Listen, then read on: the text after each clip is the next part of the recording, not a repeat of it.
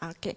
For the next session of the, we already passed the formal session about the opening remarks. So this time we are going for the introduction of the workshop. And also I want to show some of preliminary results of this work to you. And I will give you some of the little bit of background of this project. The name project is APEC Energy Transition Towards Net Zero Foresight Scenarios and Policy Impacts. And it is the self-fund project endorsed by PPSTI. Our team is already report the progress to the PPSTI board 2 weeks ago in Lima. Here, Mr. Asira and Dr. Khomein here, there in Lima. He is not sleeping, he's just blink his eyes. Okay.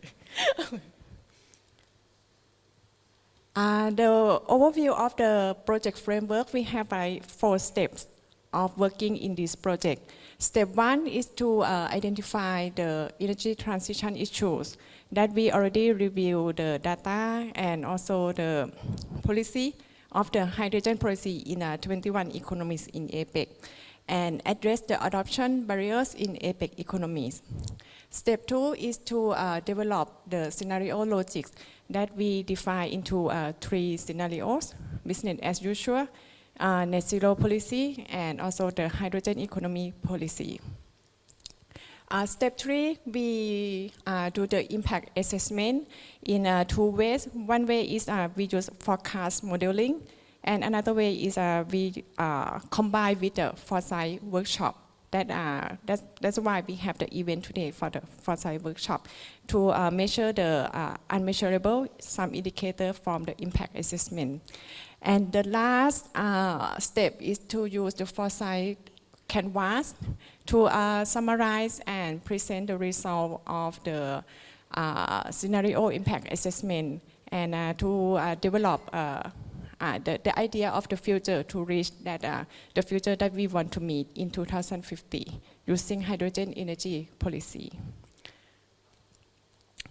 Overall of the timeline that we have done so far is we have done the literature review about the data, and we also using the finding from the previous project that we set the event in January. Most of similar phase are also there in the Phuket. And after that, we try to analyze the possibility and develop the 3 scenarios. And we did the forecast impact assessment using modeling global energy economic input-output model to assess the the perspective of 5 social, technology, economic, environmental, and politics in the measurable indicator. And here we have the event today to do the Foresight workshop to gain the insight in the non-measurable indicator in the STEEP.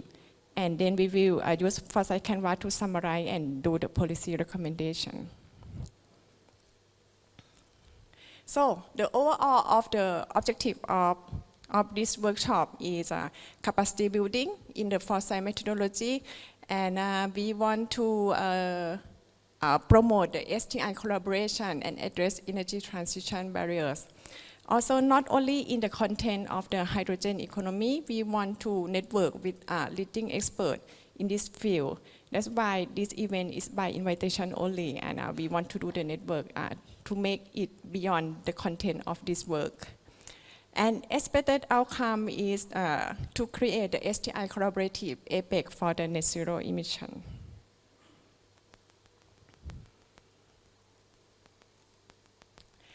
The result from the step 1 that we already identified the trends and drivers in energy transition issues, particularly in the APEC region. The APEC region, when we see the emission in the context, the APEC has emission more than the rest of the world. However, they have the GDP, higher GDP more than the rest of the world too. That is the driver of the climate action that each economy right now have commit the net zero commitment with the global commitment like UNFCCC. Some of the economy already done the commitment with the UNFCCC, but however, some of the economy haven't done the net zero commitment yet.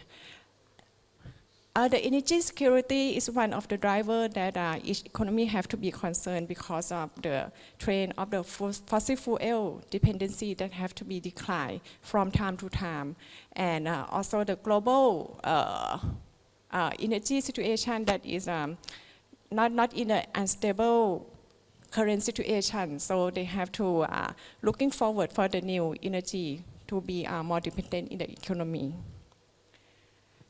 So that's why we need the STI collaboration that is very important for driving energy transition here. We have done the hydrogen policy review in 21 economy and ranked it based by the scale of hydrogen policy and related factors here.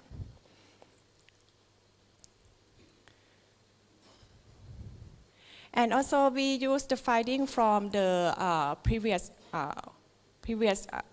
project that we have the event using the future triangle, push, pull, and weight, and we are finding that we need to discuss more about the market demand and public awareness to promote the hydrogen economy. Also, we should set some standard for hydrogen production to create an unified policy for trading hydrogen energy across the APEC region. So step 2 for the scenario logic.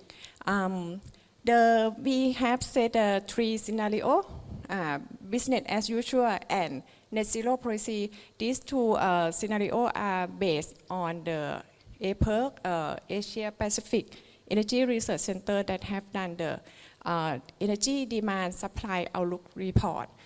These 2 scenarios are based on the constraint that's set by that report. And scenario 3 is when we push more constraint on using the low carbon hydrogen in the APEC region. So we will set the 3 scenario logic in this work. And HEP will be one of the scenario that we need to do more investigation on that compared with the BAU and NCP. Also in 21 economies, we have separate them into 3 groups. Group 1 is a net exporting economy, where the production scale is large and has aim at export the hydrogen. Technological advancement have high, and infrastructure is very high when has comprehensive network for production, storage, transport and refueling. And the group 2 producing economy, where the production scale is significant, but only focus on domestic use.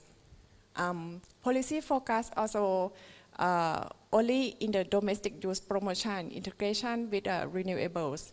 And the last group is a non-producing economy, where they have the limited production.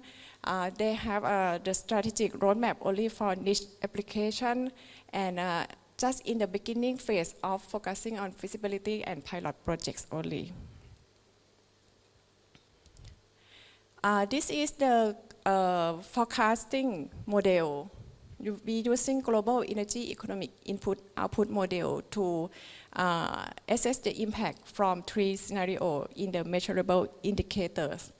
So first of all, we put the constraint of the 3 scenarios in the model, and then assess the impact in the 5 parts in STEP: social, technological, economic, environmental, and political. This is the detail of the model, that having many of the data from several resources. But however, we use the technology driver based on the APEC report. In the HEP scenario, where the hydrogen economy policy has been accelerated in this in this scenario, we put the constraint that the gray hydrogen will be phased out by 2050, and the proportion of the blue hydrogen still at the same, as we will not invest more in the storage to gain the hydrogen. And this one is one of the constraints that we separate them into 3 scenarios. Key result from the model in the social part, of course, the HEP scenario result in more job creation compared to the other scenario. In the technological, when you're looking at the hydrogen demand and supply balance, in a current situation, more of the demand is come from industry, and also in 2050, even though in the HEP scenario, they still have a more proportion of the demand using in the industry. While when we look at the supply, the green hydrogen will be increased significantly. So the HEP scenario, this one is leading to supply surplus in the APEC Group 1, where they are net exporting because they have more than enough of the hydrogen in their economies. While when we look at the Group 2, the producing that using in the domestic use, in the 2050 they will need more, not enough in their economy. They need to import from the net exporting. And Group T, where they not have strategic in the hydrogen economy, they also need to import hydrogen from across the region. So overall, in the cumulative investment in the hydrogen economy, of course, it will be investment shift in the green hydrogen under the HEP scenario. And in the economic, where the value of the hydrogen economy will increase as economy engage in the hydrogen production. Even the economy that does not have hydrogen production capacity will also benefit from its indirect involvement in the expansion of the hydrogen sector, like through supply chain, from import and export. The GDP in overall APEC economy will increase, of course, in the BAU scenario and other scenario. But when compare in the 3 groups of the APEC regions, you can see that Group 1 economy will reach the peak in 2035 and then gradually decline over time. Of course, when you apply the hydrogen economy, the total carbon emission in APEC will be decreased, so this one has a positive impact.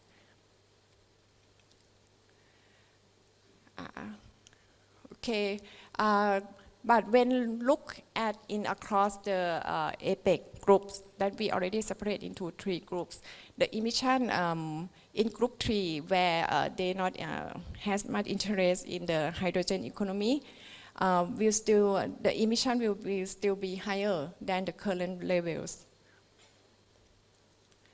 And for the last part, for the political part, that we have done the assessment on the trade in goods and service.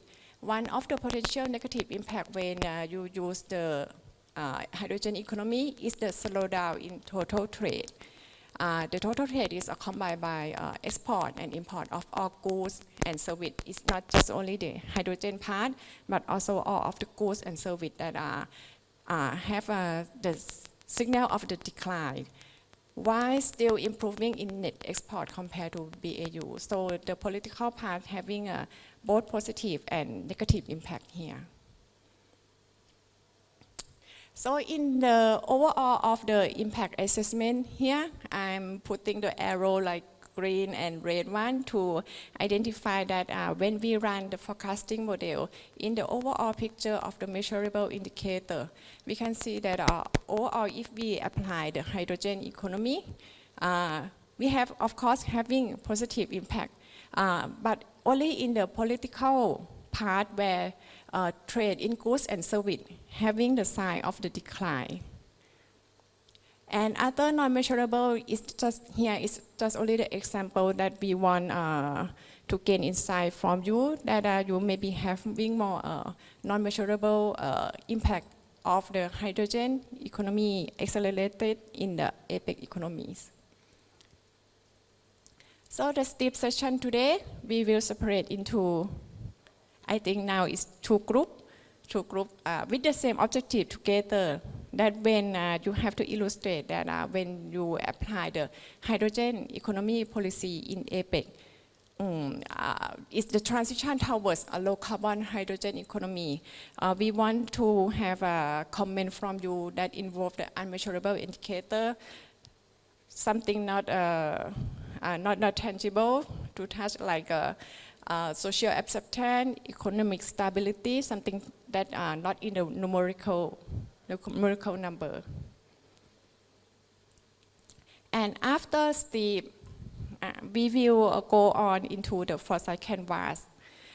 This canvas has 9 components in this project. Probably maybe other canvas will have more components, but this project will have 9 components. The first one is the goal that we have together, the same, that when we want to accelerate adoption and integration in the hydrogen economy policy in APEC. What is the future that you see? Like in the second component, the emission trend is the one that you already will be do in the STEEP session. So we will not spend how much in this session when we come to the Foresight canvas. And the third component, like driver, something that trigger to make the hydrogen economy in APEC more accelerate, like the cost of technology will be more cheaper, something like that you can put that comment. The left part is one of the envision for the future, and the right part from 6 to 9 is what you need to reach that future. So from 6 to 9 is the one that we need a comment from you, that is this time infrastructure is enough, what we need to destroy in the current, and what we need for the STI collaboration across the APEC to reach that scenario. So here, like overall picture of the Foresight canvas that I will elaborate more after the break, before we go to for the Foresight canvas. Wrap up here is our project is the first time using the forecasting model and also Foresight tools to identify the STI solutions in the energy transition in APEC economies.